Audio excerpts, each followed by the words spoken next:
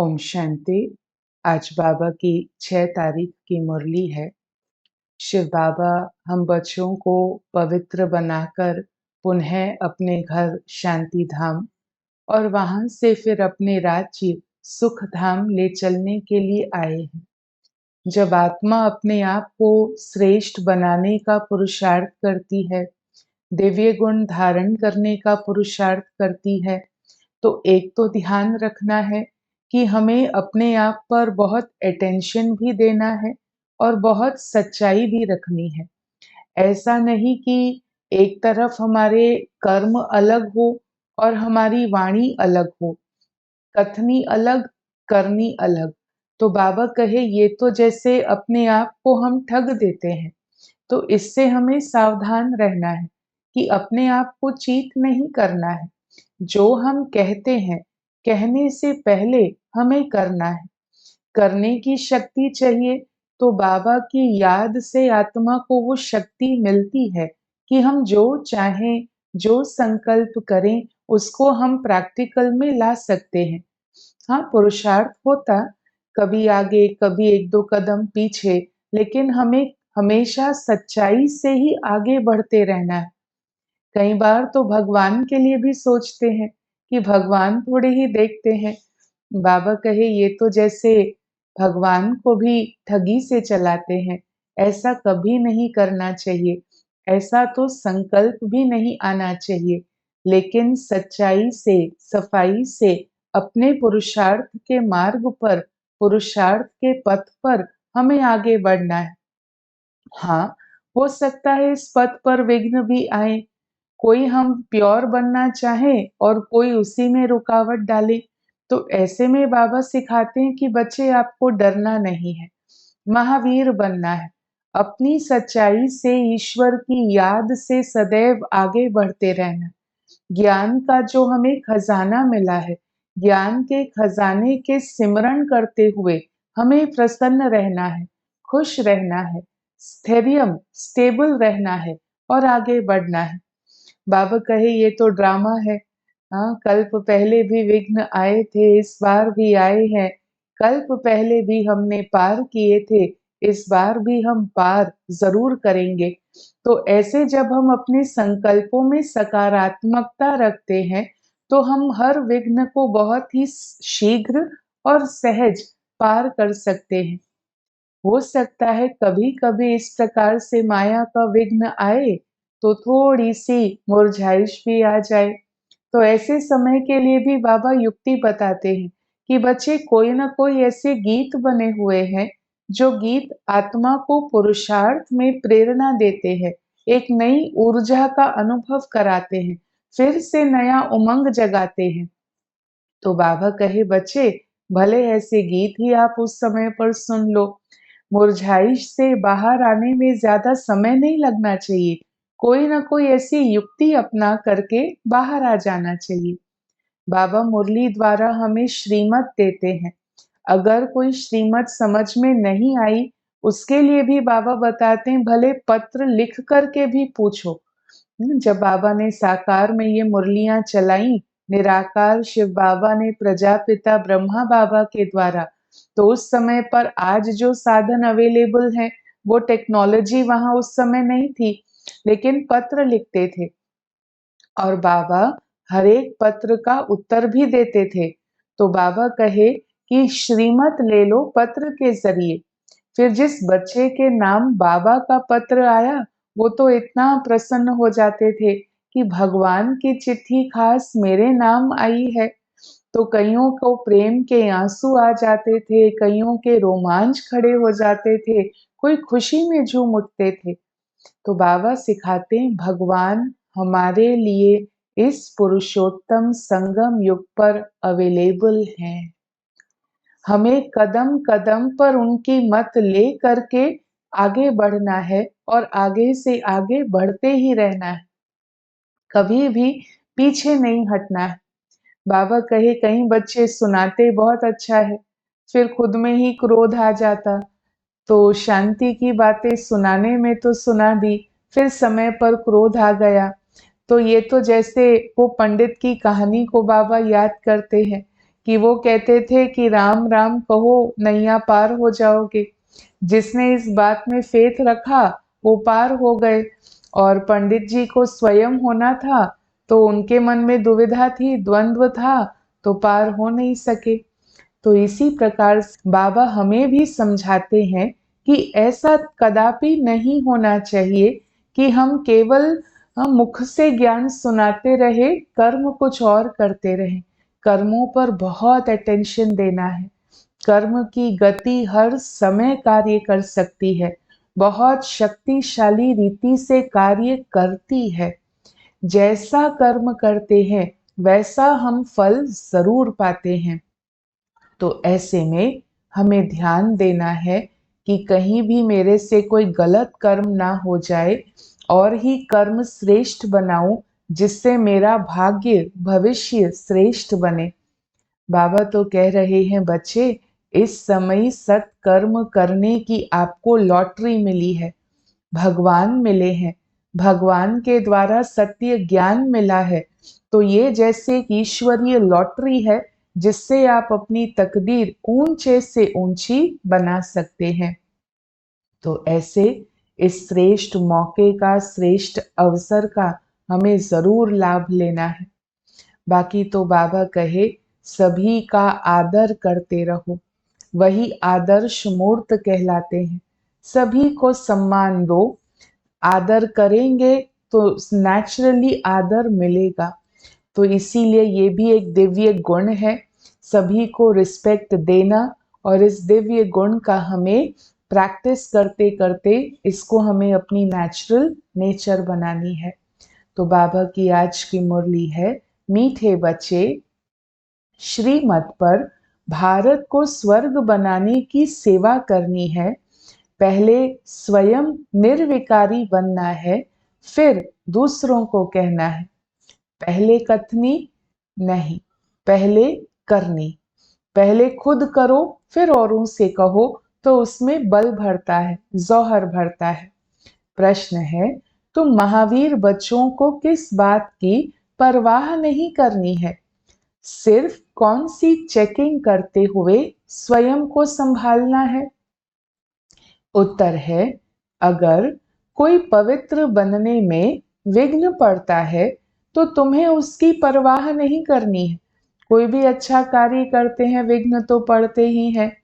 सिर्फ चेक करो कि मैं महावीर हूं, मैं अपने आप को ठगता तो नहीं हूं, बेहद का वैराग्य रहता है, मैं आप समान बनाता हूं, भगवान ने मुझे चुना, क्या मैं इंस्ट्रूमेंट बनता हूं औरों को भगवान से कनेक्शन कराने के लिए? आप समान बनाता हूं, मेरे में क्रोध तो नहीं है, जो दूसरों को कहता हूं वह खुद भी करता हूं। तो बाबा इस प्रकार की सेल्फ चेकिंग के लिए हमें आज इंस्पायर कर रहे हैं। फिर आज की मुरली में गीत बजा है, तुम्हें पाके हमने जहान पा लिया है, जमी तो जमी आसमां पा लिया है। ओम शांति।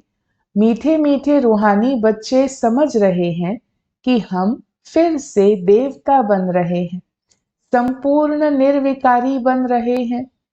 बाबा आकर कहते हैं बच्चे, काम विकार को जीतो, अर्थात पवित्र बनो। तो बच्चों ने गीत सुना कि तुम्हें पाया जहान पाया। अब फिर से बच्चों को स्मृति आई है, हम बेहद के बाबा से बेहद का वर्षा लेते हैं, जो कोई भी छीन न सके। वहां दूसरा कोई होता ही नहीं, मतलब अपना पराया है ही नहीं। छीनने का संकल्प ही क्यों आएगा? सभी में यूनिटी है, अपना परिवार है। उसको कहा जाता है अद्वैत राज्य। फिर बाद में रावण राज्य, वह दूसरे का होता है, वहां मेरा तेरा ये अंतर, ये भेदभाव शुरू होता। तुम अभी समझ रहे हो, समझाना भी ऐसे है। हम फिर से भारत को भगवान की श्रीमत पर वाइसलेस बना रहे हैं। ये हमारा ईश्वरीय मिशन है कि हम अपने भारत देश को फिर से वो सोने की चिड़िया जो एक समय पर था वैसा पुनः बनाएं। तो पहले अपने को देखना है, शुरुआत खुद से करनी है। हम निर्विकारी बने हैं, कोई भी प्रकार का व्यर्थ विचार तो नहीं आता। ईश्वर को मैं ठगता तो नहीं हूं। ऐसे नहीं कि ईश्वर हमको देखता थोड़े ही है। हाँ, तो अच्छी अच्छी बातें करना, कर्मों में अलग रहना। वैसे भी कैरेक्टर के लिए कहा जाता कि इंसान का सच्चा सच्चा कैरेक्टर क्या है। इंसान का असली कैरेक्टर वो है कि वो तब क्या करता है जब वो अकेला है, जब उसको कोई देख नहीं रहा। उस समय पर जो नेचुरल हम करते हैं वो हमारा सच्चा कैरेक्टर है। और जो सच्चाई होती है वो एक समय बाहर स्वयं ही आ जाती है। सत्य स्वयं को आपे ही सिद्ध करता है। तो ये भगवान को ठगना नहीं होता, वास्तव में ये खुद ही खुद को चीट कर जाते हैं। नुकसान आत्मा खुद अपना कर जाती है। तो इसीलिए इस प्रकार के सोच से भी हमें बहुत अलर्ट रहकर अपने आप को चेंज करना है। बाबा कहते हैं इनके अर्थात ब्रह्मा बाबा के बहुत जन्मों के अंत में साधारण तन में प्रवेश करता हूँ, फिर इनका नाम रखता हूँ ब्रह्मा। इनके द्वारा ब्राह्मणों की रचना करता हूँ। तो ये बुद्धि में बच्चों के सारा ज्ञान है। कैसे ये सब ड्रामा के एक्टर्स हैं जो पार्ट बजाते आए हैं। हाँ, विशाल ड्रामा देखो, हर एक्टर देखो, हर एक का पार्ट वंडरफुल है। अभी सबके कलियुगी कर्म बंधन टूटने हैं, फिर सभी आत्माएं जाएंगी शांति धाम। समय होता है सेटलमेंट का, तो वो सेटलमेंट का समय अभी आ गया है कि जब सारे कर्म बंधन अभी टूट जाने हैं। ऑप्शंस हमारे पास हैं, चाहे तो भगवान को याद करके योग के बल से ये कर्म बंधन टूटे, या फिर कोई ना कोई सजा के रूप में वो कर्म चुकतू होता जाता। पहली चॉइस हमारे हाथ में है। क्या हम भगवान की याद से अपने आप को बदलना चाहते हैं? हाँ, मन को बदलना होगा, हाँ बुद्धि को बदलना होगा, सोच को बदलना होगा, लेकिन भगवान की मत पर किया तो आत्मा अपना एक आत्म गौरव भी अनुभव करेगी और भगवान के प्यार का भी अनुभव करेगी। बाकी समय की पहचान बाबा दे रहे हैं कि कर्म बंधन टूटने का समय है, फिर जाएंगे शांति धाम। वहां से फिर सभी का नया संबंध जुटेगा। सतयुग में फ्रेश संबंध में आएंगे। तो समझाने की पॉइंट्स भी बाबा अच्छी अच्छी देते रहते हैं। यही भारतवासी आदि सनातन देवी देवता धर्म वाले थे, वाइसलेस थे। फिर 84 जन्म लेते लेते इम्प्योरिटी मिक्स होती गई, इम्प्योरिटी मिक्स होती गई तो विशियस बने हैं। अभी फिर से वाइसलेस बनना है, परंतु पुरुषार्थ कराने वाला चाहिए। क्योंकि फिर से पवित्र बनने की राह, उसमें कई विघ्न आते हैं, कई बोझ का अनुभव होता है, डिफिकल्टी का अनुभव होता है। तो वो इंस्पिरेशन चाहिए, वो सहारा चाहिए। कई बार कंफ्यूजन होता है, क्या करे क्या नहीं करे, तो सही रास्ता दिखाने वाला चाहिए। तो जिसको बाबा कह रहे हैं कि पुरुषार्थ कराने वाला चाहिए, तो अभी तुम्हें बाबा ने बताया है। हाँ, सोचो कोई चाहिए था और कौन मिला? भगवान मिले, जिससे मतलब उससे अच्छी और कोई बात ही नहीं हो सकती थी। भगवान मिल गए, तो ये हम आत्माओं का सौभाग्य है। तो बाबा कहे तुम्हें अभी बाबा ने बताया है। बाबा कहते तुम वही हो ना। बच्चे भी कहते हैं बाबा आप वही हैं। ये ब्यूटी है। जब भी आत्मा परमात्मा को पहचानती है तो ऐसे लगता जिनसे बिछड़ गए थे वो फिर मिले हैं, जो हमारे हैं वो फिर से मिल गए हैं। ऐसे नया नहीं लगता कि हम नहीं जानते थे और जानने लगे हैं। एक फेंट मेमोरी है, वो कनेक्शन है, वो संस्कार आत्मा में है। हम फिर से मिले हैं अपने पिता से। कल्प पहले भी तुम्हें पढ़ाकर राज्य भाग्य दिया था। कल्प कल्प ऐसे करते रहेंगे। बाकी ड्रामा में जो कुछ भी हुआ, विघ्न पड़े, वो फिर भी पड़ेंगे। हाँ, भगवान के साथ संबंध जुटने में विघ्न तो होते ही हैं। बाबा कहे वो होते रहेंगे, पर विजय हमारी निश्चित है। कोई समय मुरझाइश आती है तो बाबा ने समझाया है, कई ऐसे रिकॉर्ड हैं, अर्थात गीत हैं, जो तुम्हें फौरन खुशी में ले आएंगे। तो भले ऐसे कोई गीत ही सुन लो, पर मुरझाइश को सहज और जल्दी से जीत लो। सारा ज्ञान बुद्धि में आ जाता है। समझते हो, बाबा हमको विश्व का मालिक बनाते हैं। वो कभी कोई छीन भी नहीं सकता है, जब संकल्प भी नहीं कर सकता। इतना यूनिटी है वहां पर। आधा कल्प के लिए हम सुख धाम के मालिक बनते हैं। तो तुम्हारा ये है अविनाशी ज्ञान धन। तुम्हें कितनी बड़ी लॉटरी मिलती है। ज्ञान रूपी धन मिला है, वो भी लॉटरी में मिला है। हाँ, गिन गिन कर नहीं मिला है। It's just come naturally, abundantly. अविनाशी ज्ञान धन मिला है। कितनी बड़ी लॉटरी मिलती है। हाँ, कर्मों अनुसार फल मिलता है। एक है ज्ञान मिलने की खुशी, दूसरा है ज्ञान युक्त कर्म करने की प्राप्ति। पहले तो सारे विश्व पर एक ही राज्य था। तो जिस समय के लिए बाबा हमें तैयार कर रहे हैं फिर से, कि जब सारे विश्व पर एक ही राज्य था, तो उस दुनिया में हमें फिर से जाना है। तो वैसे संस्कार हमें फिर से अपनाने हैं। वहां ऐसे नहीं कहेंगे कि ये अगले जन्मों के कर्मों का फल है। वहां ये ज्ञान की समझ नहीं रहती है। अभी बाबा तुम बच्चों को श्रेष्ठ कर्म सिखला रहे हैं। जैसा जैसा जो कर्म करेगा, सर्विस करेगा, तो उसका रिटर्न भी ऐसा मिलेगा। तो अच्छा कर्म ही करना है। कोई कर्म करते हैं, समझ नहीं सकते हैं, तो उसके लिए श्रीमत लेनी है। कहीं भी कंफ्यूजन है तो बाबा कहे बाबा अवेलेबल हैं, बाबा से पूछो, श्रीमत ले लो। बच्चों को आए कैसे पूछें, तो बाबा कहे पत्र से पूछो। बार बार पूछो, घड़ी घड़ी पूछो, पर पूछ लो। फिर बच्चों को कितनी खुशी होती है कि ओहो, आज बेहद के बाबा की चिट्ठी आई है। हाँ, जो यज्ञ के पुरानी दादियाँ, उनके पास बाबा के लाल अक्षरों में पेंसिल से लिखी हुई पत्रों की कॉपीज हैं। उनको इतनी खुशी होती, भगवान बेहद का पिता खुद उन्होंने मेरे नाम से चिट्ठी भेजी है। शिव बाबा ब्रह्मा बाबा द्वारा रिस्पॉन्ड करते हैं, तो बच्चों को बड़ी खुशी होती है। एकदम रोमांच खड़े हो जाते हैं, प्रेम के आंसू आ जाते हैं। भगवान हमारी इतनी कद्र करे और वो प्यार आत्मा को निहाल कर जाए।